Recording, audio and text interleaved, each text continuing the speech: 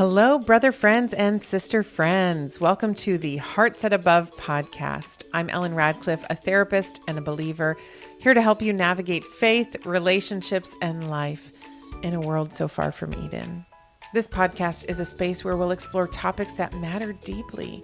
Things like grief, connection, identity, and practical faith, grounded in both therapeutic wisdom and biblical truth. Whether we're wrestling with the messy middle between love and righteousness or learning to communicate like Jesus, we'll do it together with hearts set on things above. So grab your coffee, settle in, and join me as we pursue deeper connection with God, ourselves, and others. Let's dive in. What I hope to do is give a little bit of background, and I think that'll be interesting for people. People always want to, I think like therapy is sort of like mystical to some people. Like, what is it? How do you become a therapist? What do you have to learn? So I'm sure that might be interesting, and I'll share a little bit about like where I come from in that. But also I thought maybe we could tease out some questions, like questions that I get asked a lot, and I'm sure you do or will, from like friends even. Should I go to therapy for this or that, right? Like this particular thing. If I do, what should I look for in a therapist? Should it be a Christian therapist or not? And then I also have always, I'm sure I've told you before, I don't know if you know the name Rosaria Butterfield. Oh, She's big in the sexuality, and gender field. I wouldn't expect you to know her, but she once wrote this like scathing letter to Christians, like, how dare you call transgender people by their preferred gender pronoun, all this stuff. And in that scathing letter, she wrote something about therapists being the priests of the day. Have I told you that before? Priests Oh, of the wow. day? Yes. You've mentioned that phrase before. I remember that. Yeah. And so I didn't agree with all of her letter, but I Mm. really liked that part, and that part really resonated with me. So I thought we could like just talk through that and unpack that a little bit. Like, are therapists the priest of the day? Mm. Should we be? Like, how should people look at that? So anyway, those are what I had on my mind. Does that sound I good to love you? that. And what do you want to add to that? Yes. Yes, definitely. I mean, I mainly, when I was going through my notes, I just have a lot of questions about your relationship with IFS because honestly, more than anything, it's the approach I get asked the most about, which is so funny because I'm not studying it, but like it's the Really? approach that most people have like come up to me because obviously we've worked through it as well. I suppose they're Yeah. curious about my experience, but I'm very curious about your experience and how you got into it. So that stuff I'm definitely going to be asking you Who about. is asking? Like your friends or like Yeah, your classmates? my friends, Your yeah. friends. And then Oh, my classmates, now that I've spoken a bit about my journey and sort of, I mean, I use, honestly, Ellen, I use parts language like every day with my it's so classmates. And natural, they're like, right? it's so natural. And I think, yeah, it very much speaks to my natural vernacular anyway. But yeah, and so they're like, parts, what are these parts? Like, are you talking about feelings? Like, and so it's just kind of come out from there. And then my family as well, I've told them all about it. So I've become a real preacher of IFS. Of IFS. Look at you. We're going to turn you into an IFS I therapist before you know. know it. I know. I feel like I'm on my way. That is so funny. I'm going to take you to the dark side Yeah. of the systemic thinking. Yeah. You're in school right I now. So, am. like I said, you're so, like, this is so fresh for you. I remember being in school thinking, this is who should see clients, is us, who, like, it's fresh in our brain. Yeah. We know all the stuff, we're up and up.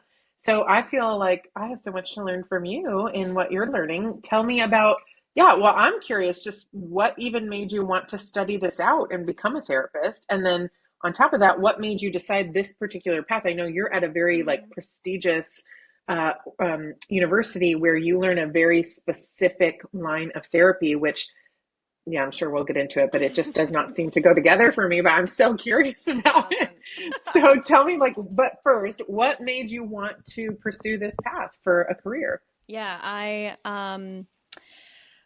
I've always wanted to work with people. I feel like that's just something within myself. Like often, I don't know, I feel like I've mentioned this idea before, but obviously the fact that we're all made in the image of God, obviously we have parts of God's character in us. And I feel like the part of God's character in me is just I love relationships and I feel very highly relational. And so I kind of knew from the jump I wanted to work with people, but I didn't know what that looked like.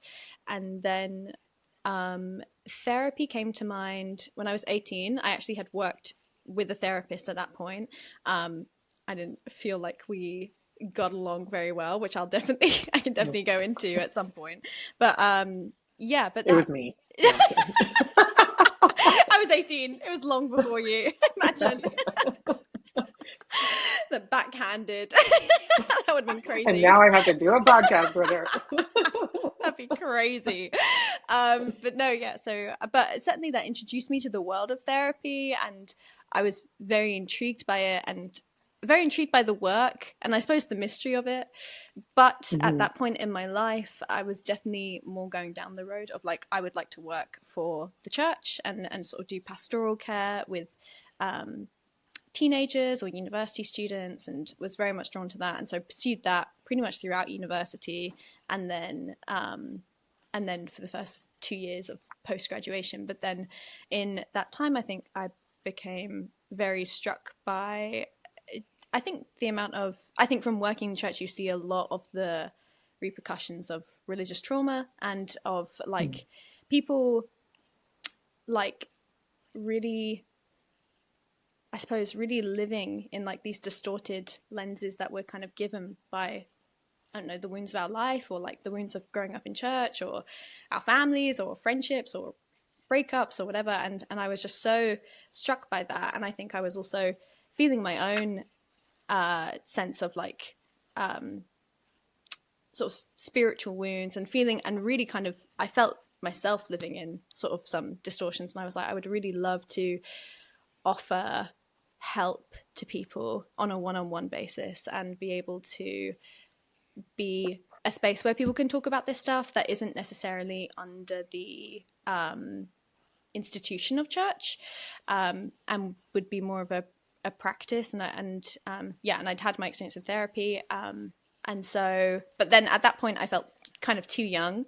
Like I feel like I had this stigma in my brain of like, you're meant to be, I don't know, just in your 50s when you're working as a therapist. Like, you know, I just had this idea of like, they want someone with life experience, and I'm not that. And so just simply because I was only 24 at this point, and so I thought I probably should wait for another 25 years. Apparently that was the plan. Put that dream on hold for a quarter of a decade, or exactly. A quarter of a century. Just hold on until then, and then you can pursue your dreams. But then also working with you, Ellen, was very inspiring, because I think our work together just really stirred up like, this is what I want to do. Like, this is so I love this work. I love being the client in it, but I was also so inspired by you, and was very much like, I would love to do what Ellen does. I just feel like you did it so well, and it was so refreshing, especially compared to my previous therapy relationship. So it was very meaningful and very much like a big turning point. And obviously you are young, and so it was like, well, if Ellen can so glad do you it. said that. I was waiting for you to say, and you are the epitome of youth, so if you could do it, I could do it. Exactly. I was like, you are young, so I was like, if Ellen can do it, maybe I can do it. But I was like, let me at least apply to the university I wanted to get into, which was kind of the university I'd always thought of if I wanted to pursue this. And I was applying very much from the place of like thinking I'm not going to get in, but they will at least tell me what I need to do in order to get in. And then I got in. So I was like, wow. Oh my God. I guess I'm going. Yeah. This so, is happening. This dream is happening 25 years early. Yeah, exactly. 25 years early. I've really skipped a step here. So, and that's kind of what brought me to today. It was in a way, it felt like just a very natural journey, but just, it felt it just kind of feels like God has just made this happen. Like he has just like carved out this path kind of based on my character, but also based on like life experiences, and then also like therapeutic experiences. Like it just felt like it just narrowed it down little bit by bit, and kind of just I just came here. For me, like the path to becoming a therapist, I like how you said it. Like it was just sort of this natural progression. Like when I was a kid, my friends used to say, oh, you should be a therapist one day, right? And I think part of it had to do with me being an 8 on the Enneagram, and I was very passionate, very loyal. I am naturally a helper. I mean, I'm not the helper number 2, but you know, when I'm healthy, I go toward that. I want to help people. I want to be an advocate for people. I want to protect people. And I've always heard from people, you're a great listener. And to me, that kind of fell under the loyalty, friendship umbrella. You listen, you're with people in the trenches, empathetic, all that kind of stuff. So, but I never really thought that that would be something I pursue. I just kind of heard that as a kid. And then when my first job out of college, my first professional job was I worked in human resources. And I really thought that that was going to be where I landed forever, was in human resources. And I enjoyed it. It was a lot of it. I didn't love all the admin of it, though I could do it. Like, I feel like that's something I can do without too much effort. Like, it's not too difficult for me. I just didn't enjoy it. But strangely, the part that I enjoyed was the difficult part, like having difficult conversations with people. Specifically, I remember having to fire people. And it's not that I loved firing people, right? But I remember thinking, like, I took it really seriously, and I thought it wasn't just, I have to represent the company, although that was part of what I thought. And that was one lens I looked at it through, was I have to represent the company. I have to do what's best for the company. But also, this is a human who this really affects their life. And I really feel for them in this. And so it was important to me to communicate it in a way that still honored and valued them as a human and their contribution to the business, but still protected the business in my role as, in my role in human resources. And so I remember one time I had to fire this guy, and mind you, I'm like 23 years old and he was probably 60. And I had to fire him. And as unfortunately, part of our policy was I fired him on the spot. It wasn't like, hey, you have a week, it was like, you're done today. And as part of our policy, I had to walk him to his car. I had to walk him to his office. He had to pack up his things in front of his whole team. This was not a policy I created, but it was a policy I had to adhere to. And then I had to walk him to his car, and he had to give me his key and all that kind of stuff. And so he was understandably really upset. He worked for this company for a long time. And he was sort of in a huff and was like packing up his stuff. And I walked him, and I just was quiet. I was trying to make space for that. Like, I totally get it. I'm so sorry. And so I walked him out to his car, and he didn't look at me. He was like looking down, and you could still feel like anger emanating from him. I don't think at me, but just kind of at the situation. Yeah. And he was looking down, and he goes, "You're a good person, Ellen." And then he got in his car and drove away. And I held that so dearly in my heart, because I thought, oh, poor guy. Like, he has such an uphill battle ahead of him. But I'm so glad that at least we had some mutual respect in this terrible moment that neither one of us wanted to be a part of. And so anyway, sort of from that, I realized the part of human resources that I like is the human part, the human relations part, the part that I have to deal with people, even if it's difficult, even if we don't agree, even if we have to wrestle through things together. I like that part of it. I don't love the admin part, right? And that's kind of what I thought HR was all about. So kind of from there, twists and turns of life, I got married, we moved, and there just wasn't an HR job that was viable. And so I kind of gave second thought to going back to school and getting my degree in therapy. And sort of like you, I've always had a heart for pastoral care, but I grew up a preacher's kid, and I never, ever, ever, ever, ever wanted to work in the ministry. So this seems like a really cool middle ground to me, that we get to walk through life with people. We get to really be in the trenches with people, but we're kind of in this cool, like, parachurch, even if, I see a lot of faith-based clients, but we're kind of in this parachurch lens where we're not the church saying things to people, saying, you should do this, you should do that. It's going to affect how you're viewed on Sunday mornings. Like, we can be this anonymous little, portion that people go to in their life to even work through matters of faith or other things. And it doesn't affect how they're viewed on Sunday mornings and Wednesday nights at church, right? So yeah, that's sort of how I came into this, and I enjoy it. I think it's a good fit. Sounds like it's a good fit for you too. Yeah, definitely. And so so how many years have you been a therapist now? I got licensed in I graduated in 2019. I was officially licensed in 2020. Wow. Oh my gosh. That's very cool. So not too long. Wow. It's 2024, right? Only 4 years. It's 2024. Yeah. Wow. It feels like 14. That's only been I was 4 gonna years. say, well, That's crazy. when we first met, I think I was just like, Ellen's clearly been doing this for 10 years. Like, it was just so, it's so funny for me. I'm like, because we met in 2021. I'm like, wow, that was only 1 year in, and you were already One such year. an expert. That's amazing. No, not an expert. Well, speaking of experts and, like our lens of Mm, therapy, we don't have the same lens of therapy. Like right. we don't view things the same way. So how would you describe your lens of therapy? Yes, that's a good question. I would say it's the lens I'm being given currently. I don't even know if it's Ah, my own. I feel like, I but it is the gotcha. lens I'm being trained, and I do appreciate it. I appreciate it has a lot of strengths, but I'm given.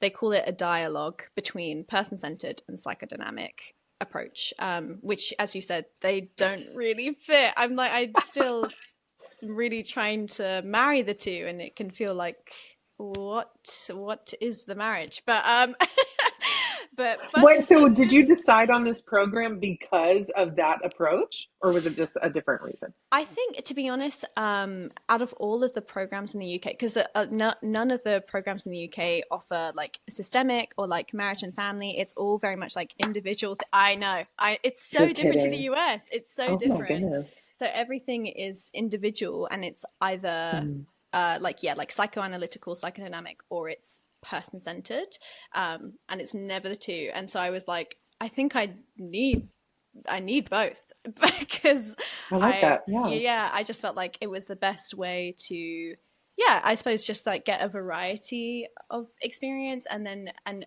also it was like the fact that I knew the school was good, and I knew it was probably like at least a good foundation for me to then sort of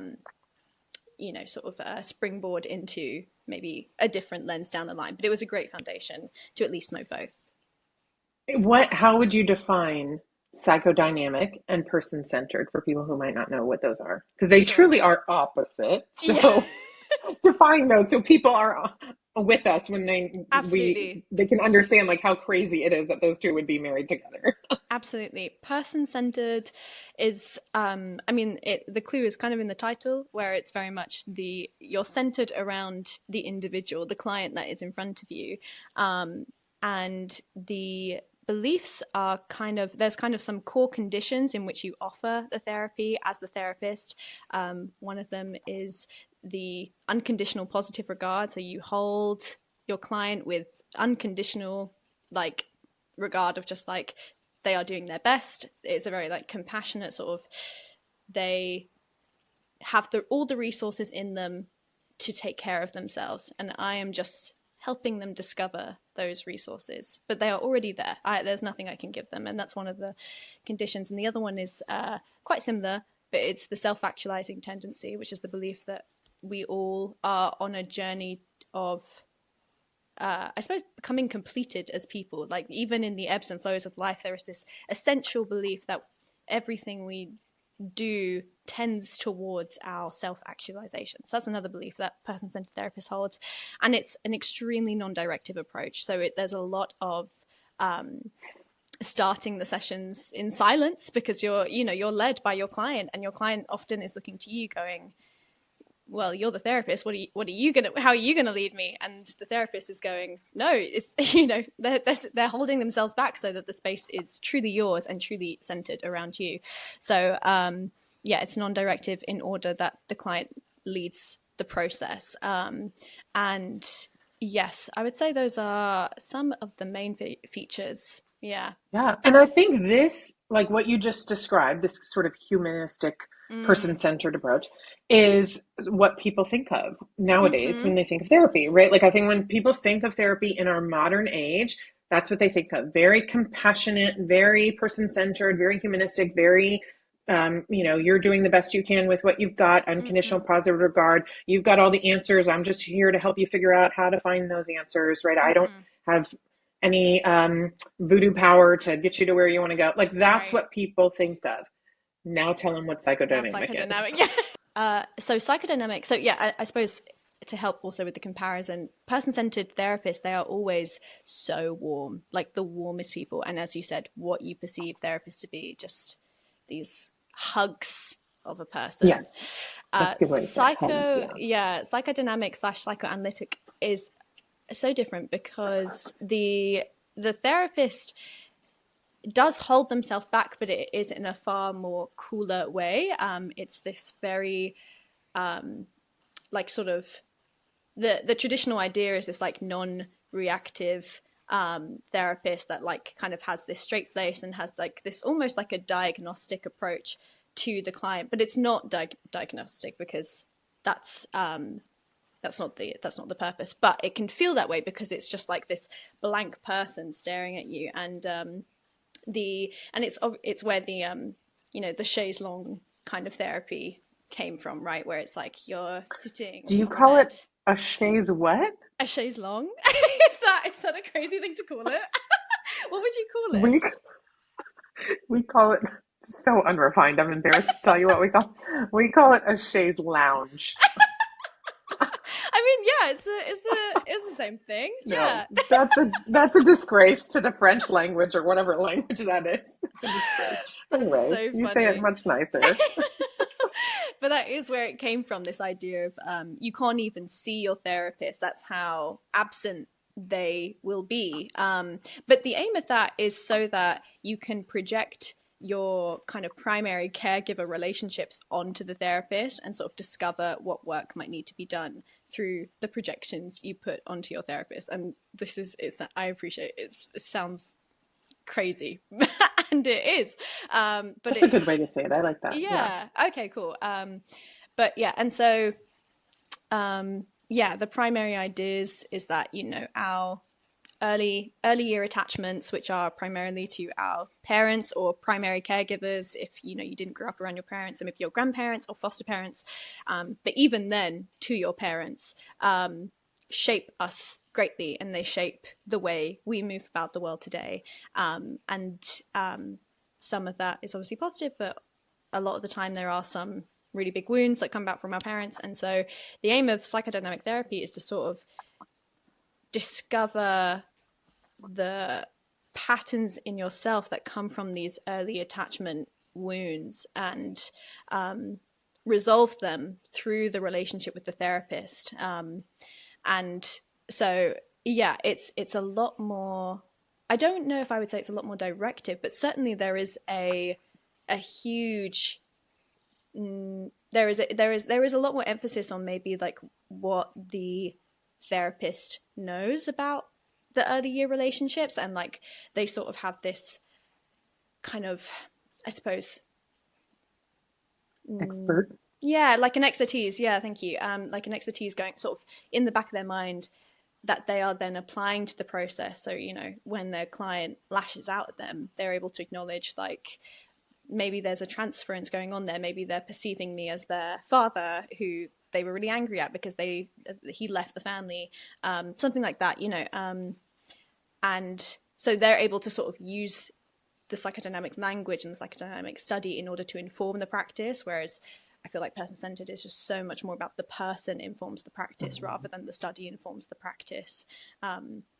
So I'd say that's the key things that we're trying to marry.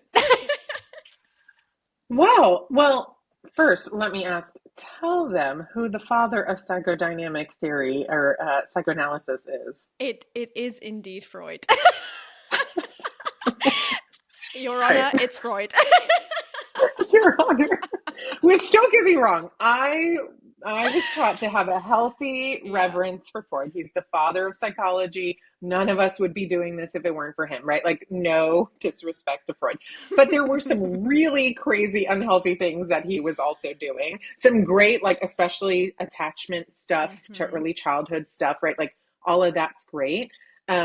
But actually, you explaining it in that way, I totally get it. Like, I appreciate this marriage of the two because it actually is two opposite approaches that each have strengths, but also each have detriments, right? Like for me, humanistic, which again is sort of the modern day, everything now is humanistic, which is great. Like, I think it's good to be warm and a therapist. If you're not, I think you can still be an effective therapist. But if that's naturally how you are and you have unconditional positive regard, I think it's going to go a bit smoother for you and your client. So I think that's a good thing. Be person-centered and kind of trusting the client as an expert of sorts, not to discount your own experience and education, but, saying, hey, I haven't lived your life and you have. And so I'm not going to overstep and say, this is what you should or should not do. Right. And so I think there's some great things to a humanistic approach. I think there's some great things to a psychodynamic approach, especially like we said, going back to early childhood, some attachment stuff, oh gosh, what's it called? When you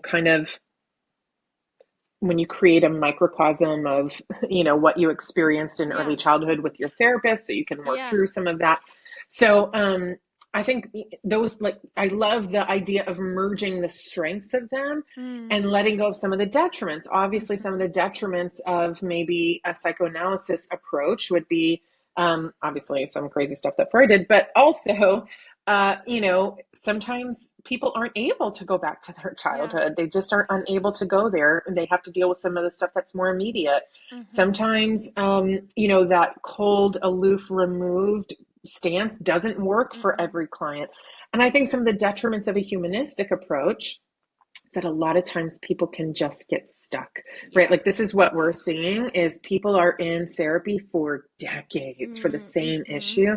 And I think some of that might be due to a humanistic approach because you're just, like you said, there's no direction. It's very client-based, which makes it very emotional-based and not very kind of driven. There's no structure to it, or it can go that way.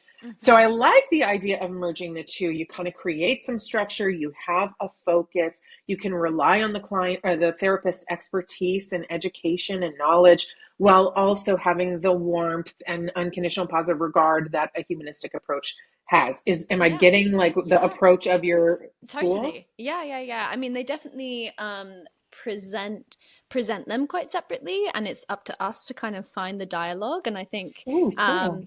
I quite like that as well, because it's very much like, at the end of the course, they're kind of saying like, okay, so where do you guys find yourselves? What are you taking from these approaches that have been foundational to the practice of psychotherapy? And so so I like that element, because I feel very much like, oh, there are things I really, really love about the psychodynamic approach and really can see happening in practice, and really I could just write so much about it, and I can see it work. And then there's things about the person-centered that feel maybe a little bit more natural to me on a personality level, like in terms of just my way of being. And so I like the fact that I can kind of bring those two together in different parts of myself, if that makes sense, or in different elements of the way I am.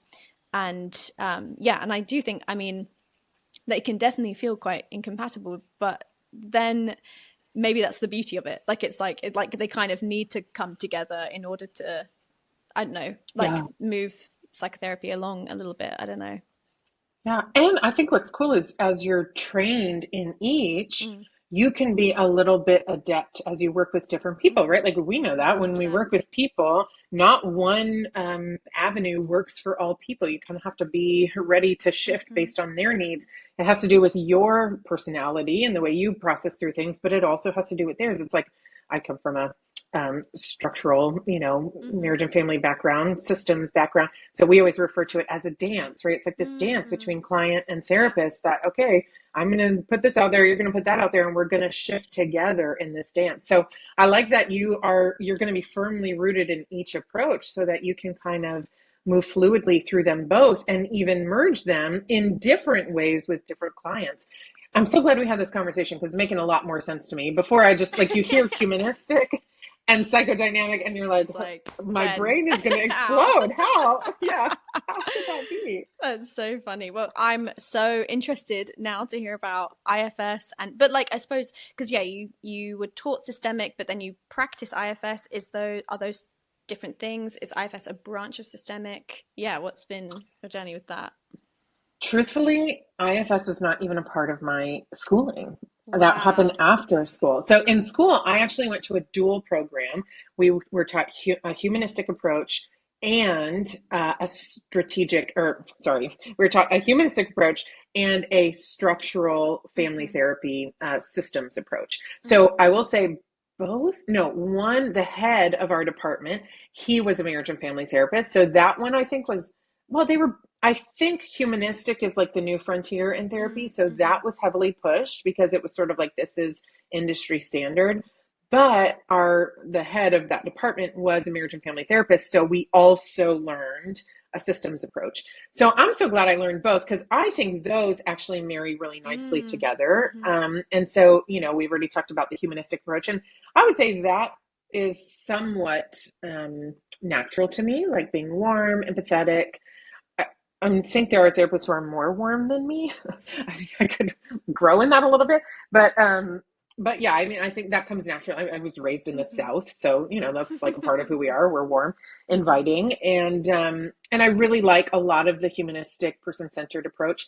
But I really like the systemic approach too. It makes sense to me that we're not just individuals; we are a part of a larger system. We are, made up by the family we grew up in, our worldview, our identity, our values, our worth, all of that is made up in part by the family we grew up in, the church culture we grew up in, the, culture that we grew up in. All of those systems that we're a part of help to make up who we are and how we see and experience the world.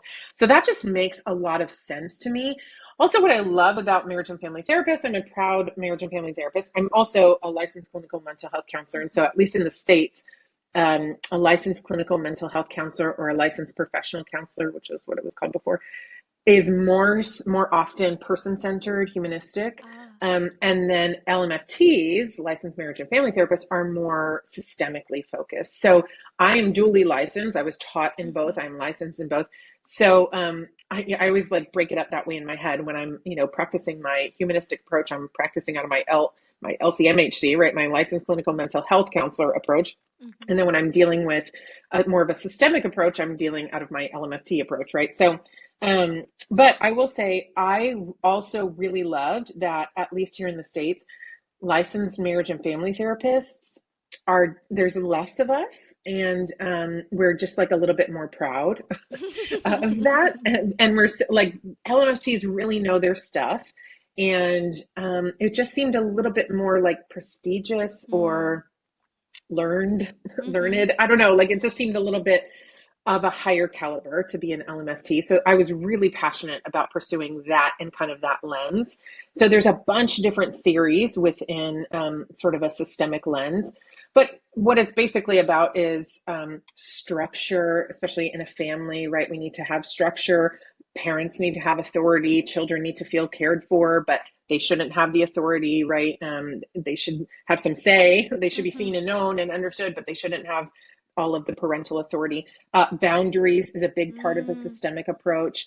Also, somewhat going toward childhood, although not as much as like a psychoanalysis approach, but a lot of it has to do with generational mental and emotional health, right? So there's a part of a systems approach that would say, hey, we need to create a genogram, right? And go back to several generations and figure out how long has this problem been in your family dynamic, and how do we get it out of your current family dynamic or out of your, own internal processing. So yeah, I like to say I zoom in on the person through a person-centered approach, but I can also zoom out and see a person as a cog in the wheel of their ultimate system. So that's kind of where I was raised, if you will, educationally in my program. Then I got out of my program and I started my internship. And, during your internship, you shadow a therapist. And she also was a marriage and family therapist and duly licensed as a licensed professional counselor. And so she had, same thing as me, a dual approach. And she was really into IFS, internal family systems, which the whole approach with internal family systems is it's kind of that structural family systems approach, but you zoom it into the individual. And so basically the perspective is you are made of many parts inside of you. And so different parts interact with other parts inside of you. And each of those parts serve different functions, right? There's exiles that hold pain. There's a core self, sort of before we experience pain. There's exiles that hold the pain. And then there are managers that try to keep us from being triggered in that pain. And then there are firefighters that douse out the pain when we are triggered in that pain. So I got to see her interact with IFS with clients in her therapy office. And I thought it was really cool. It made a lot of sense to me. I will say, even I'm just a naturally rebellious person, I think. I'm always like playing devil's advocate. Like, I don't like to have authority over me. And so even in school, right, I'm learning about all these theories, and you learn how to take the test and get the answers right. But I also was like, well, I'm going to filter this through the lens of me and what makes sense to me. And of course, I'm a Christian too, so I'm going to filter it through that lens as well. And so I had always said I will strive to be an eclectic therapist, which is kind of a bad word now, at least in the States. It's sort of like a bad word among therapists to say I'm an eclectic therapist. I guess when you're in school, that means I don't really know about the theories, but I'm an eclectic therapist. But I really don't I mean, like, I know the theories, but I take the benefits of a lot of them and then filter them through the lens of who I am and how I communicate and how I relate to people and what I believe. And then and then it comes out in that dance of, all right, what would work best with this client? Do they need a more directive or non-directive approach? So I enjoyed like adding IFS to that. But what I found with my faith-based clients is that IFS is powerful with every client. You can work through anything. You can work through trauma, you can work through distortions, you can work through anything with IFS. But it's really great with faith-based clients because the way that I sort of filtered it through the lens of what made sense to me was, instead of calling the core self the part of you that you were when you were a child before you got hurt, I like to refer to that as the part of us that was created in Eden, which is essentially the same thing. The part of us that before we experienced fallenness and brokenness, which I do think we caught glimpses of that as children, that is our core self. It's steeped in vulnerability and joy and empathy and, just like this childlike delight. And then even from very early ages, we encounter brokenness, fallenness, whether in our own selves or in our parents or friends or teachers. And so that creates what I call distortions, these, this lens that gets distorted. And that schisms off and creates these parts. And so these exiled parts hold the wound, and then these protector parts all rally around that wound to keep it from being triggered. So that's kind of like, I would say my main approach now as a therapist is IFS, but I do draw, especially when I work with couples or families, I draw from a systemic lens and a humanistic lens to kind of create my own special sauce with IFS. Yeah, I really see that kind of merging of the two, of the structural and the humanistic in IFS. You're right. Like that is such a middle ground between those two things. And that's so you work with families, couples, and individuals, so all different kind of not life stages, but just different contexts of therapy. Yeah, I mean, I think as a marriage and family therapist, I have to meet with couples and families. That's like part of what we were trained to do. I feel like we're the only ones that are really willing to do that. I will say I prefer to work only with individuals. I do work with couples and very rarely families, but it's hard to work with couples and especially families in only 50 minutes. It's just so hard, right? Yeah. But working with an individual in 50 minutes, we can get a lot done. But with two people or 3 or 4 or 5 people, it's much more difficult. Barely scratch the surface. Exactly. And I'm always like, there's this in marriage and family therapy, if you have multiple people in the room, one of the things you will probably engage in is something called circular questioning. You ask a question to one person, you got to get everybody else's answer on it. And so you can get through one question, right? You don't have to do that. But then if you don't, most likely people are going to leave that session feeling like I wasn't even seen or heard. I had nothing to even say. I just sat there and listened.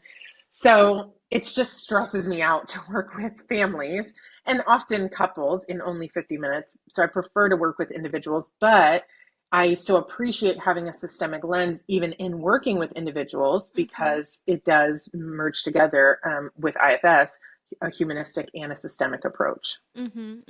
Yeah, that makes a lot of sense. And systemic, I find that, because systemic is the one I feel the least familiar with, obviously, but I'm very intrigued by that sense of like that family structure and how that then informs where that person is at today. Because is the family structure, does that mean the dynamics of the family and of the extended family and like the generations before that, like, and how that those dynamics have then made this person kind of who they are today. Yeah, so like I'm sure you've heard of attachment theory. Yes. Attachment theory was born out of a systemic approach, right? So I'm sure there are a lot of similarities between a psychoanalysis approach, right? A psychodynamic approach saying, all right, you had some what I would call distortions or some dynamics in early childhood that were unhealthy and that led you to believe something about yourself or about parents or about your personality or the world around you that aren't exactly true. Let's recreate that here.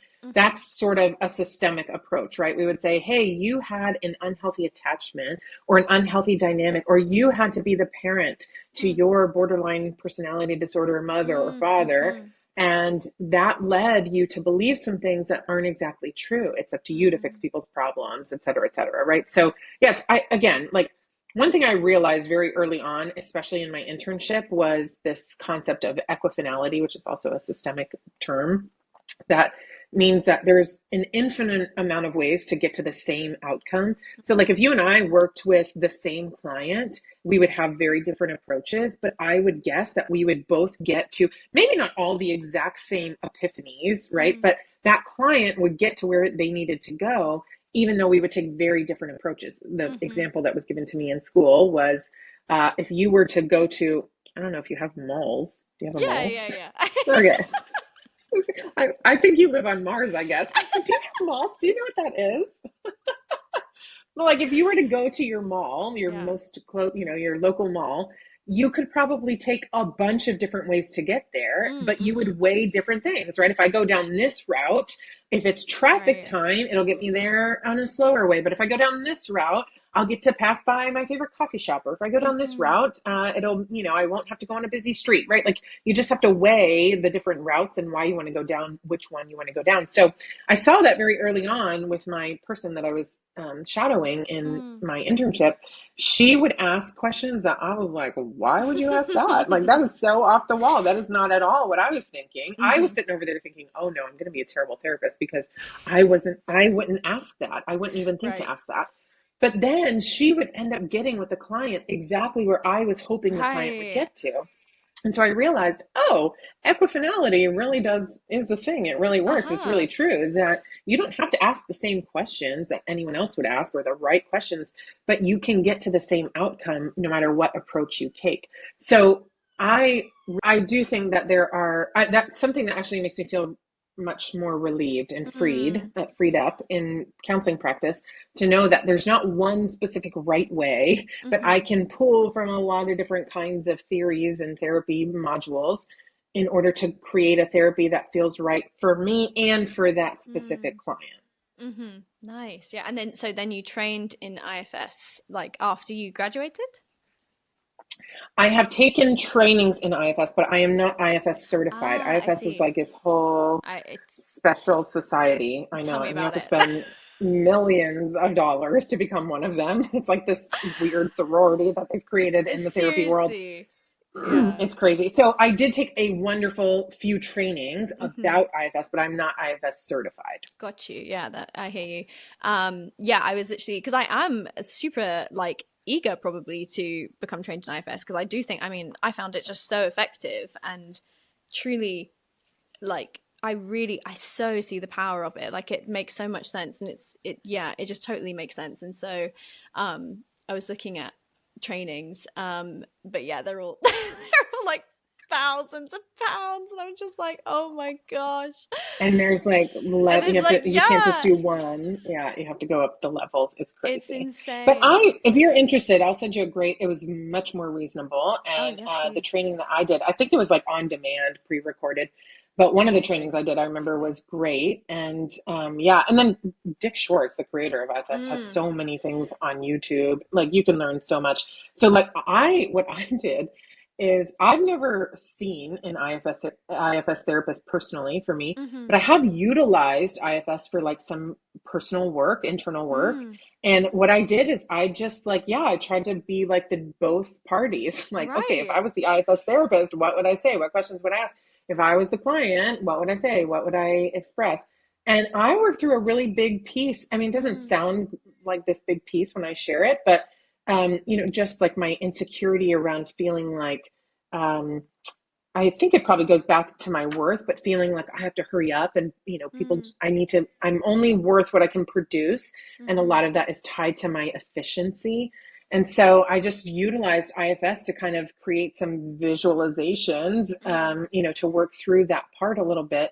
And it was really effective. I mean, I don't think it was so effective to say I've never dealt with that since, but at least I know how to deal with it when that part kind of pops up. So yeah, that's what IFS, for people listening, you would use parts language, which feels odd to people sometimes. It feels like you have DID, like multiple personalities. When you say like, a part of me does or wants this or feels this, and a part of me feels like that. So I do feel like it's probably the most hokey thing that I do in my therapy practice.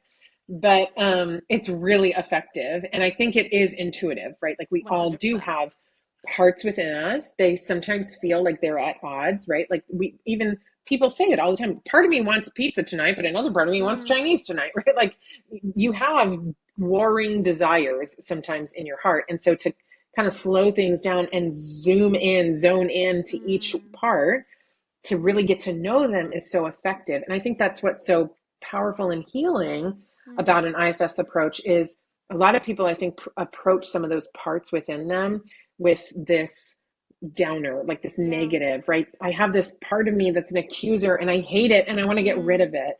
And I think when we flip the script and say, wait a minute, let's try to see the good in that part. What is that part trying to do for you? Now that we have an appreciation and a gratitude for this part, now let's focus on the distortion and try to integrate that part into the rest of you instead of trying to get rid of it, because that never works. When we try to ignore a part or bury it or get rid of it, it always comes back to haunt us. But if we can stop, look, and listen to parts, appreciate them, have gratitude for them, then we become the leader of our parts instead of letting our parts rule us. Yeah. And it's so, like I said, I totally have so much, like, I think it's so powerful. And I remember feeling that sense of it being so woo-woo when you first introduced me to it. Like, I was like, this is crazy. I just clearly have a multiple, like a multiple personality that I had never connected with before. And now I do. But if you continue to I think be consistent with it. And I think that sort of some of the initial work we did together was like just spending time with those different parts, like by myself. Like it was very much like just spending time listening to those parts, listening to what they want to say. Like it becomes less obscure and less woo-woo and more like real. Like you're able to be like, no, these genuinely are very real things going on inside of me that need tending to. And and I remember one of the first things I said to you was saying, I feel like I'm split down too. There's like the Christian part of me and the non-Christian part of me, and you ran with it with IFS, and it totally made sense for my language at that point. I was already in that place of feeling like I have parts, and then we were able to really move from there. So yeah, I think it's so good, and I'm so excited for that book that we both have, The Boundaries for Your Soul, for us to go through it. Yeah. I cracked it open, but I haven't. Oh, nice. You should be like on their marketing team. Wow, you've sold so many copies for them. I know, I have. Yeah, you should get a free copy at this point. Well, so, all right, we've described a little bit of like where we each come from in terms of our approach to therapy and kind of also in our practice, right? So like our educational approach, but also our practice of therapy. So I always get this question. I don't know if you get this question. I get this question a lot from friends and even people who want to see me for therapy but can't because I'm not licensed in their state. They always say, should I see a therapist for fill in the blank, right? Whatever they're experiencing. Like, is this therapy worthy, basically, is what people ask me. Like, is this something I should go to therapy, or is this something I should just get met through the needs of like what you would get in friendship or through your church or through your community? And then the other question I get is, especially from faith-based individuals, of course, is if I go to therapy, should I go to therapy with only a Christian therapist, or is it okay to see a non-Christian therapist? What do you think about those? Those are such good questions. And I think the one about the Christian versus non-Christian is such a debate that I come across sometimes. But yeah, I'll start with the first. But so yeah, I think that's it kind of speaks to this stigma we have of therapy, like just the very nature of that question, right? Like this idea of like, should I go to therapy for blank? I think it speaks to this idea that we have in the world today that we have to have a problem in order to go to Mm. therapy. Like there needs to be something wrong with us in order to go to therapy, and it needs to be worthy of therapy. It needs to be a real Mm. big thing.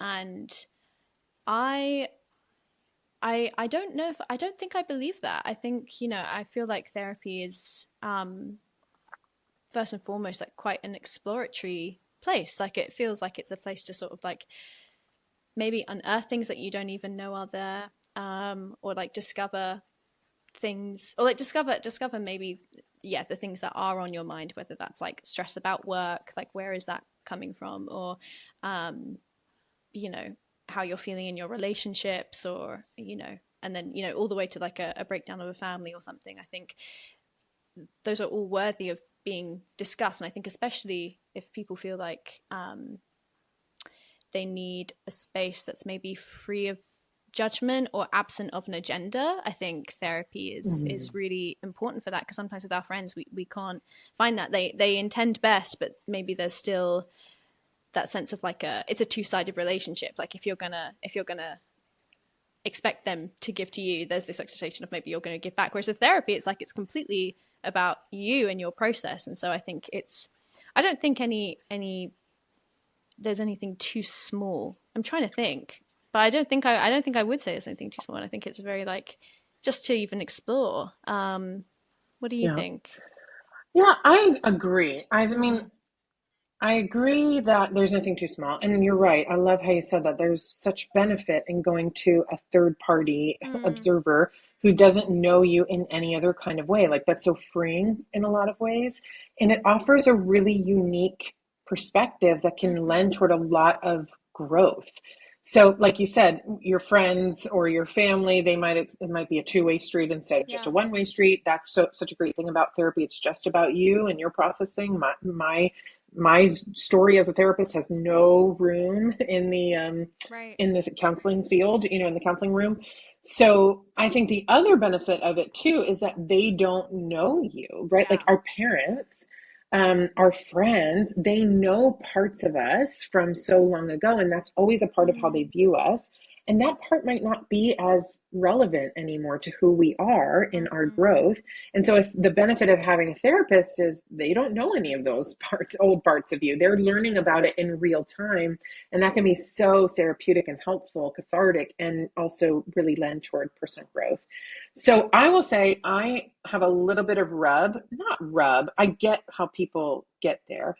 I think therapy offers people a lot of things nowadays that used to be offered in community, right? Like people Mm. used to get those needs met by their neighbor, at their church, in Yeah. their place of employment. And I think because we live in such a digital, disconnected, right? We're so connected in terms of the web, we're so disconnected in terms of relationships Mm-hmm. that a lot of people are going to therapy with no real direction, no real problem to solve, no real direction in where they want to go, what they want to do at that time. They just need connection. They need to be Mm-hmm. seen, known, and understood.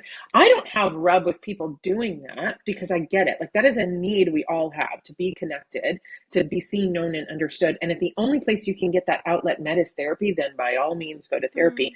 I guess my rub is just with our modern world that we're not Yeah. getting those needs met from families, from neighbors, from church communities, where it might be powerful in a different and maybe even better way than a therapist who you pay, who you Mm. see once a week, who, cares about you absolutely, but is not thinking about you too much past the hours of 9 to 5, right? So, like, Mm-hmm. I just think it's a very different approach. And I think it actually sometimes fuels that disconnection when you have to pay someone to care about you rather than just being cared about in the group, the community that you've been surrounded with in life. So yeah, that's what I would say about Yeah, that.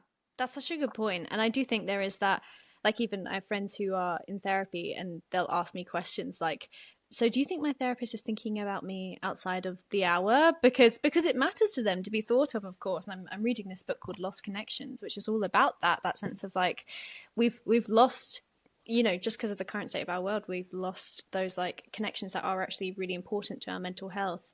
Like these kind of different kinds of relationship in different parts of our lives. And yeah, and it's so hard because therapy is, I do think it's a very good thing, and it's a good kind of balm for these lost connections.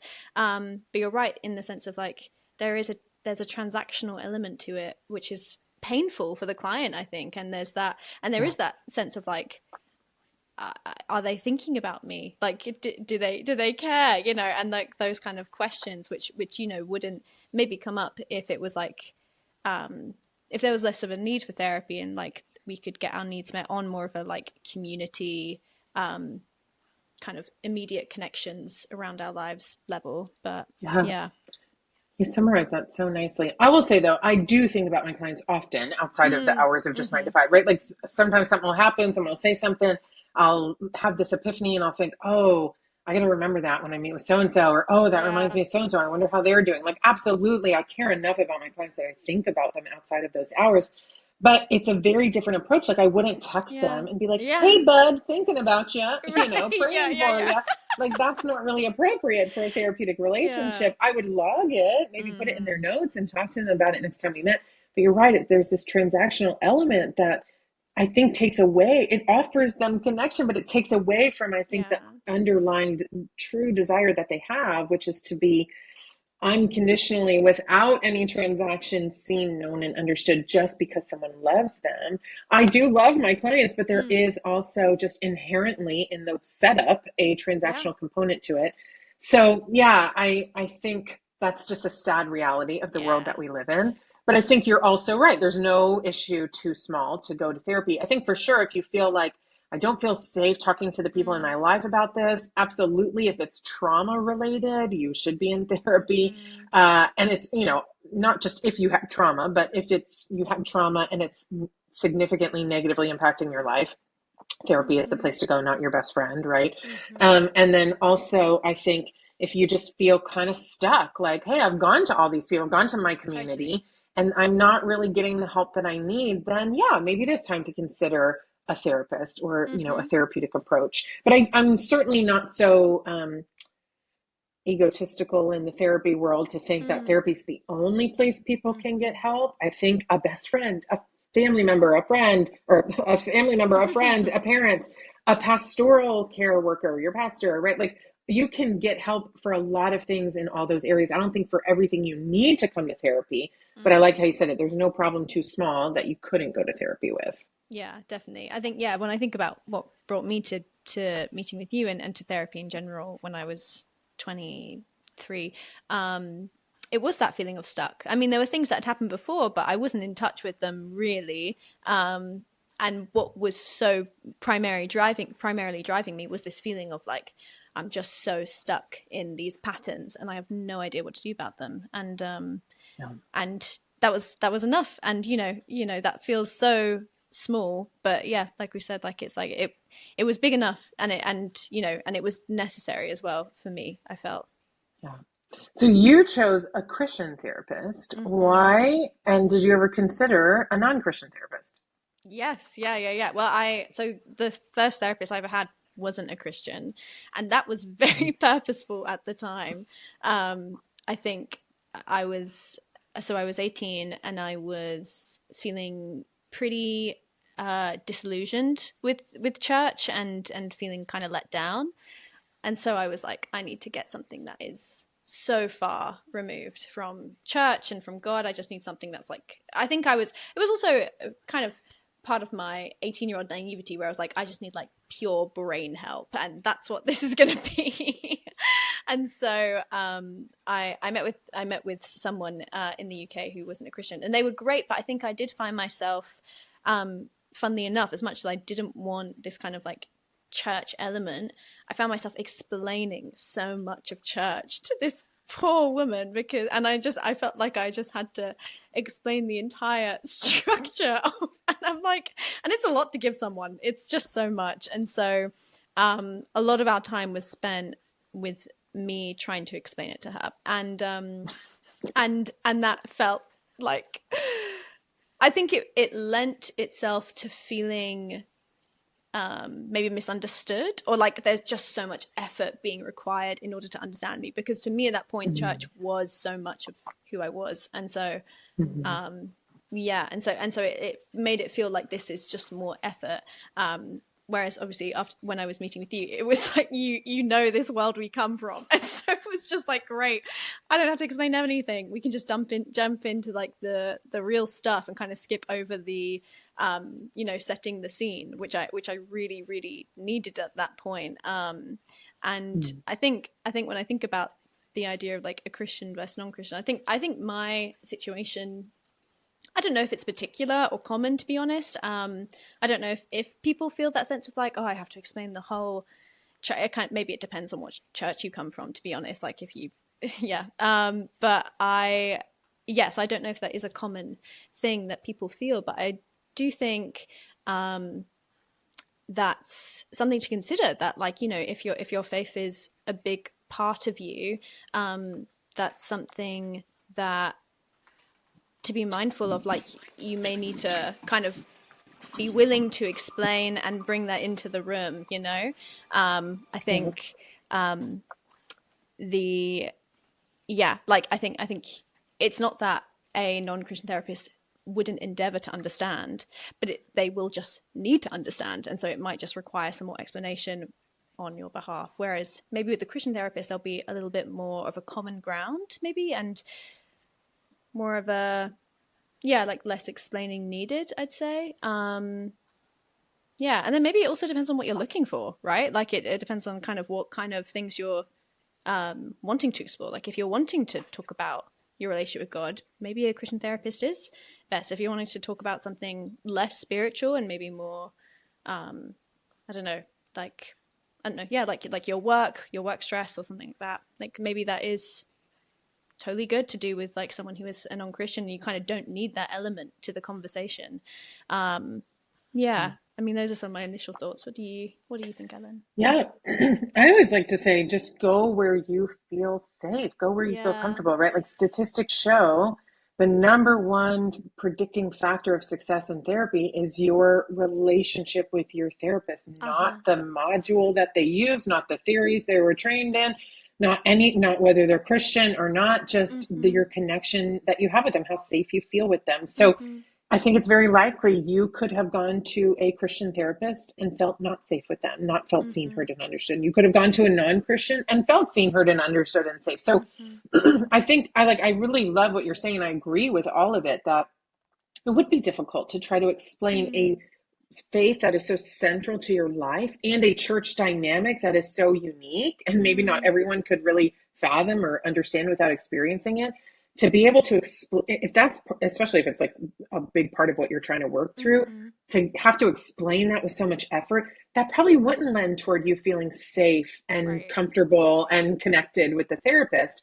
But also you could go to a Christian therapist and still not feel safe and comfortable and connected. So that's just kind of what I would say is my guiding light, is go where you feel safe, go where you feel comfortable. And unfortunately, for a lot of people, that means you're going to have to meet with them a couple of times and then determine, is this where I want to continue working, or do I want to keep looking for someone else? So that's the difficult thing about shopping around for a therapist, is that it's a lot more time consuming, but I do think it's much more effective to put that time in on the front end than to get going and feel like, well, we've come this far, they already know my story, we'll keep working, and it's just less effective than you want it to be. Yeah, that's so true, actually. Like the relationship is the most essential thing, isn't it? And so safety in that relationship. And I think even, I mean, I feel like I would identify, if you are a Christian and you're finding yourself maybe need to defend your position, like maybe that's an indication of like not feeling safe. Like that's something to sort of clock in yourself. If you're feeling like I need to convince them of my position, that's like, I mean, to be honest, that's kind of like therapy 101 of like a therapist shouldn't make you feel like that, but sometimes they do, and it's no one's fault. It's just like the dynamic isn't working, and that's a good kind of indication maybe of like, okay, maybe it's time to move on to someone else. I think a lot of Christians are afraid of going to a non-Christian therapist because they're going to feel like Yeah. they're made to feel defensive over their Mm-hmm. faith. And you're right. Obviously, if you feel like that, that is not the right therapist for you. And no therapist should ever make you feel that way. However, I would say on the other side of that, it is good. Even God says we need to test and improve our faith. Yeah. And so if you have a therapist that's saying, hey, have you considered this alternate approach? Whether you agree with it or not, I Mm. don't think that's inherently threatening to have someone Mm-hmm. non-judgmentally, Yeah. compassionately, giving you that autonomy, saying, hey, have you considered this? Have you considered that maybe this isn't as healthy as you think it is, right? Like poking at that, that's part Mm-hmm. of a therapist's job, is to say, hey, here's another perspective. It would be crossing a line to say that's unhealthy, get Right. out of there now. But to Right. say, hey, here's another perspective you could consider as you're weighing this, I think that's a good thing. We don't need to be afraid Mm. of that as Christians. It's part of even what God calls us to. So whether it's a Christian Mm. therapist or a non-Christian therapist saying, hey, test and approve your faith, Mm. the faith culture that you're a part of, I think we can welcome that and Yeah, totally. process through it. We don't need to be afraid of it. Yeah, that's so true actually. Yeah, that isn't anything to be afraid of, and it's actually something that is maybe deepening for our journey. Like it actually helps like provide some clarity of like, oh, that's something I've never questioned before, but actually maybe that is something worth thinking. Like, do I like yeah, do I hold to whatever it may be, that is kind of being asked about maybe. Yeah. Yeah, I think that's a really healthy thing to do individually, but also with other people, whether it's our Yeah. friends or even our therapist. Here is the question. So I went to a faith-based educational institution Mm, for my graduate degree. So yeah. totally probably different than what you're experiencing. So we learned all of the, secular approach to therapy, right? But we also had the benefit of doing it alongside brothers and sisters in the faith and Yeah. kind of wrestling through this together in our faith. And so, one of the questions I remember people asking to our professors and even to like visiting therapists who had gone through that program before was, how could we see clients who are not Christians? Like, how could we really help people without bringing God into it? Have you ever thought through that? Had that fear? Like, what's your Have answer to I that? ever? I feel like that's the You're number like, one it keeps me up question. at night. Yeah.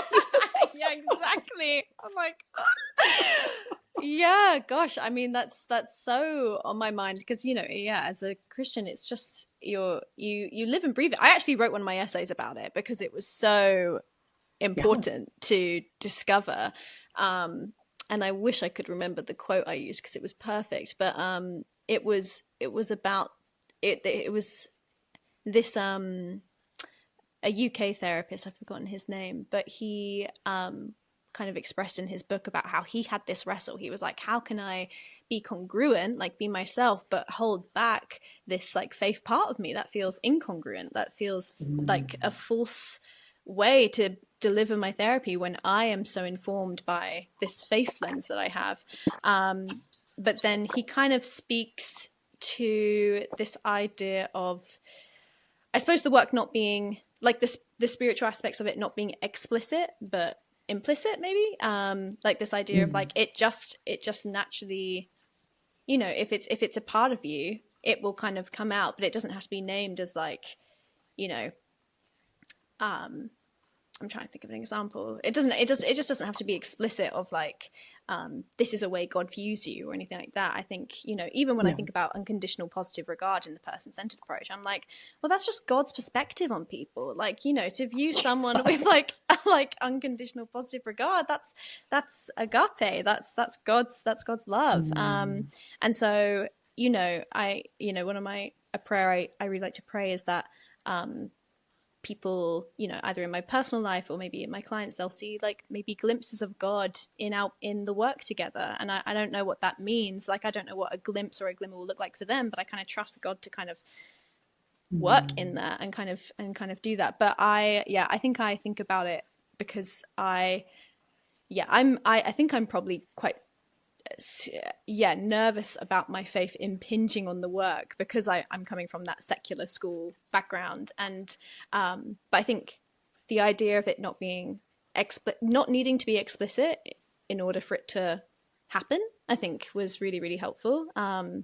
Yeah, gosh, I could talk about that for a long time as well, because there's this whole thing as well of like this insecurity of being ashamed of the gospel. It's this, that scripture where it's like, I can't even remember what the scripture says, but it's like that scripture about being ashamed of the gospel and don't do that, essentially. I can get scared. Yeah, I mean, I can get scared of like, wow, does my unwillingness to let my faith impinge on my practice, like, my sensitivity about that, is that me being ashamed of the gospel? And I don't think that's true. I think that's more just an insecurity I have. But I think what helps me overcome that is like, no, my faith is it comes out of me whether I like it or not, and it's in my practice, but it's not about it directing the practice. It just so happens because it's who I am. What was discussed on your program? I love that. Well, I was just thinking you're so far ahead for many of the people that I went to school with, because they like literally could not fathom, how can I be a Christian and help a non-Christian without bringing God up? And yeah, I love everything you're saying. That first of all, I had a professor that used to say the book of your life belongs on the shelf when your client comes in the room, right? Like your values, your beliefs have no room. Of course, they influence the way that you see the world, but they should not be influencing your client's worldview and perspective. And so I love that visual, like, okay, this is who I am, and it's getting put up on the shelf. And so that kind of brings you into this realm of, a very humanistic, person-centered realm where you're like, I'm here holding space for you and your worldview, and I want to understand your worldview, and that's what we're going to operate from. So I kind of merged that. Plus, I love what you said, and I totally agree that every good thing in psychology is God's way, right? Like at all the direction in the Bible, God is, the Holy Spirit, I think, was referred to, and Jesus, as the good counselor, right? Or the great counselor or something like that. So he's the first, and he's really the father of psychology, not Freud. And so if the whole Bible is directives on how to best live from the creator, it's like the manufacturer's instructions, then I think that a lot of psychology is derived from that. I think there's some crap in psychology too that's not derived from that. But I think there's a lot of great stuff in psychology that is derived from that. So absolutely, like I would say to my client who's not a Christian, instead of a gentle answer turns away wrath, I would say, hey, like validation and, communicative techniques that validate and seek to understand the underlying primary emotion instead of reacting to the secondary emotion is much more effective than just reaction to that secondary emotion. So it's more loquacious and it's an earthly way of saying it, but it is a godly principle that originated from the Bible, right? So that's kind of how, I love how, like, it just kind of flows out of you. And whether you use earthly terms to describe it or kingdom, heavenly biblical terms to describe it, it's helping people toward the same thing. I will say though, like I just met with a client today who is really struggling with what I think every client comes back to: identity, value, and worth.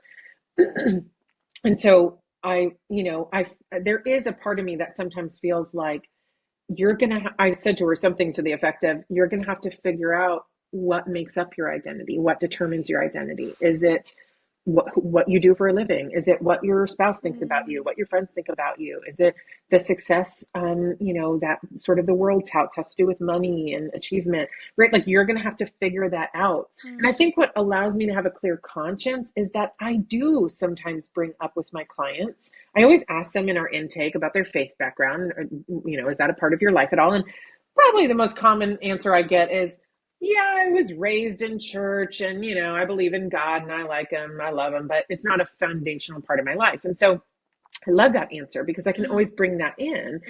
Very rarely, but, it does happen where people are like, no, I don't have a faith and I'm not interested in a faith. And what I loved learning in school is that one of the, primary interventions you would offer for someone, even a secular, non-faith-based person who's struggling with depression or anxiety, would be to say, hey, have you considered joining a church family? Because when you're a part of a church family, it does two major things. One, you're a part of a community that pours into you, that loves you, that strives to know you. And two, you often serve with that church ministry, which is Right. then, you can't navel gaze anymore. You have to focus on other people. Mm-hmm. That broadens your perspective. And that's a number one, one of the core aspects of helping people through anxiety. And then feeling like they have a community is one of the core aspects of helping people through depression. So I love that I learned that, because even with my non-faith-based clients, I can always say, hey, you're struggling with anxiety, depression. I know we talked about this during our first session and you weren't interested, but have you ever considered joining a faith community? And like, I have no, like, whatever kind of faith community Right. you want to join. And I more so make it about the faith community. Like, hey, you have a community around you. You have a built-in support system. You have a built-in service team to go, focus outwardly on others instead of just navel gazing. So, yeah. So I love that I can offer that. And sometimes that sort of brings up the topic of faith, not to try to cram it down my client's throat. Of course, that would be way crossing a line, but just to kind of bring it up again and say, hey, things have changed since we first talked about it. Have you considered this? I think I would do that with any other topic, right? Like if Right. someone was like, I want to divorce my husband.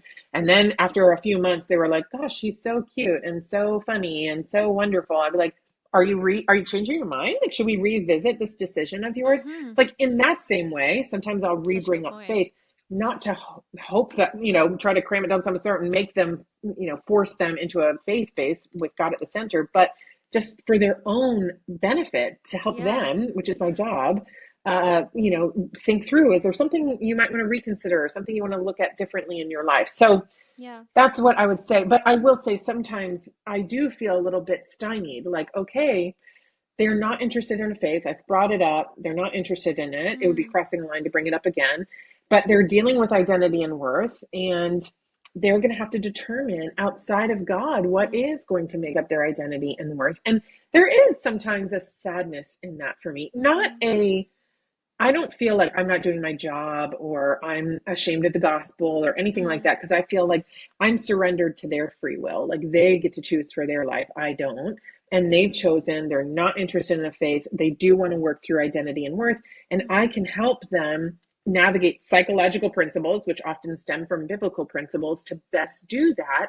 But Right. they probably will be missing a key factor, which is, if it doesn't go back to be rooted in God, you can experience some benefits of it, but I don't think you can make total sense of it. So sometimes there is a bit of sadness in that for me. Yeah, that can be very, very difficult, I think. Because that's like, yeah, it's like it can feel like, well, ultimate.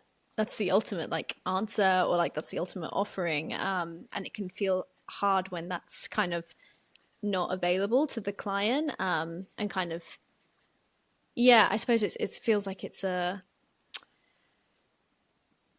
what's the word? I think, yeah, I really feel that sense of like, that's painful, isn't it? Or like, Yeah. it's a limited scope, maybe. Yeah. But I think there's hope in it that, okay, we work through some tools and they have some new ways of thinking. Yeah. And I think I've walked with God long enough and walked with people long enough to know this is part of their journey. Yeah. And, maybe this is a really important milestone and God will continue pursuing them even without my help. So, It's true. there's some assuaging in that sadness, some balming in that sadness, but still it's sort of like someone went to an auto parts store and the auto parts worker could see like your car is out there smoking and they're asking for windshield wiper fluid. And the guy's like, hey, I don't think that's your problem. I don't think that's going to work. Yeah. But here you go. Sure. Like if they're the Yeah. consumer, it's up to them. Like sometimes I feel not quite like that, but kind of like that, right? And I just think like, all right, well, they'll either be back or they'll get the help that they need elsewhere. I trust that. I trust that God's pursuing them no matter what. Final question. Rosaria Butterfield, who's prominent in the field that I primarily work in, the field of sex, sexuality, and gender. She's a Christian. She's married to a pastor. And she wrote this sort of scathing letter once to the Christian community about the topics of sex, sexuality, and gender. And one of the things she said is that therapists are the priests of the day. And she said it in a very negative way, right? Like the priests of the day, how they were made kind of idols back in biblical times. Instead of looking to God, they would look to the priest as the answer. And a lot of times in the Bible, the priests often became corrupted and kind of led people away from God's way. So I think that's what she was referencing in this, this the sentence that she said, like this scathing sentence, Mm. therapists have become the revered, idolized priests of the Mm-hmm. day. What do you think about that? Yeah, I do. I really see it. Like, Yeah. yeah, that's troubling, isn't it? Yeah. Yeah, that does. Unfortunately, it does. Yeah, ring true, I think, and I think that's a very real. Um, like, I think it's something I've noticed in my training is how much they emphasize like you need to take yourself off the pedestal because your client won't do it for you. Like they're not gonna Yeah. be the Amen. one to not worship you. So you need to make sure you're not worshipable, essentially. And that's that's a funny. It's just a funny role because I'm like I actually is her name Rosaria? Rosaria? Rosaria. Yeah. Rosaria. Like Rosaria said, the priest of today, like, it's not like anyone else was the priest. And I think that's the same for therapists. It's like no one else does this. And so no one else is really in this quite unique position. And that can feel, I think, quite scary because it feels like it's like, it's a high calling, I think. And I think it does also speak to, I suppose, yeah, the power of that therapists have, like in a way that feels a little bit like negative, quite honestly. Like it's like their words or their opinions, whether they hold them back or not. Like it's like there's just like power in this role of they're viewed as like these kind of oracles of wisdom, essentially, and that's I wouldn't say that's a full. I would no, sorry, I would say that's a false like narrative, but however it's like just highly believed and like I think people come to therapy saying you have the answers and you're going to give them to me, and so yeah, I can totally see how that's happened. And I think, yeah, like I said, I think from school I've been learning like it's up to me to really not buy into that and not to to really check my pride essentially and really like keep myself humble and remember like I'm not this oracle, I'm far from it, I'm a person who who just is in the work, is in this work, this just is my line of work. Yeah.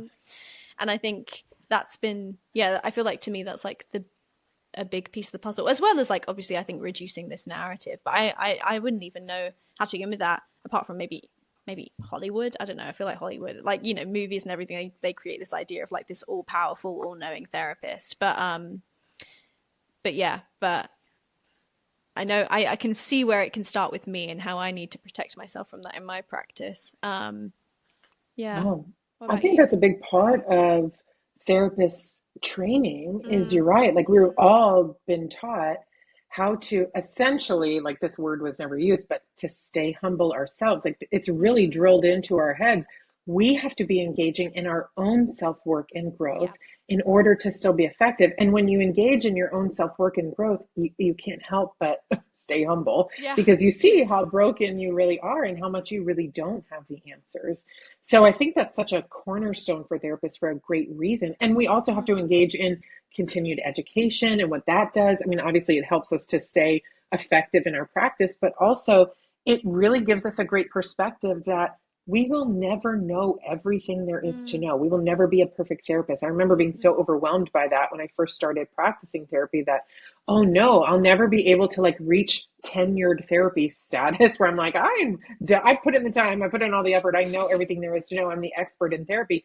That just doesn't exist because you're constantly mm, learning and growing yourself, both in the knowledge of therapy and in your knowledge of self and totally. relationships and others. So that's kind of an exciting thing about our field that you will never reach this precipice of greatness as a therapist. And so that's a good thing. Keeps you humble, keeps you constantly learning, keeps your perspective intact. But also, I mean, the sad truth is that there are a lot of total wackadoos who are Yeah. therapists, Yeah. and a lot of people who have been given license to practice therapy who probably should not have. Mm, And I think though they may have learned that lesson in school, they're not engaging in that humbling, continuing education practice. And so that is really scary. And so I think that coupled with our society, Mm, our modern society really values self. yeah. Everything is about self.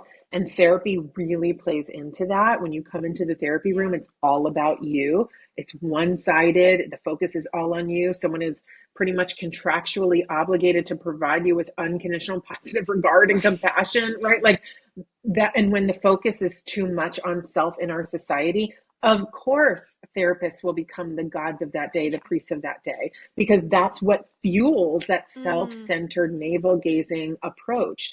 So I think in that way, it is dangerous. And we do need to, good, ethical therapists need to mm, remind people, hey, this is a great place for you to get these specific needs met.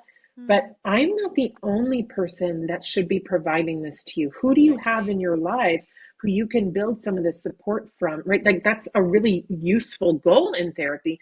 But if you're going to a therapist and their only goal is to get you dependent on them and for their Hmm. compassion and validation, that's a really bad scenario. You Yeah. don't want to engage in that. You want to go to a therapist who's going to help you spread those wings and Hmm. fly in your local community that you have on ground or in your family, in your neighborhood, in your employment group, right? Hmm. Instead of making you dependent on them, because that's just going to fuel this circle of navel gazing, self centeredness Yeah. that really just leaves people more thirsty for connection in the end. Yeah, totally. And it can be a little bit like codependent almost of like, this the therapist then becomes the rescuer and the client is the one that needs to be Absolutely. rescued, right? And that's like um it's so sad.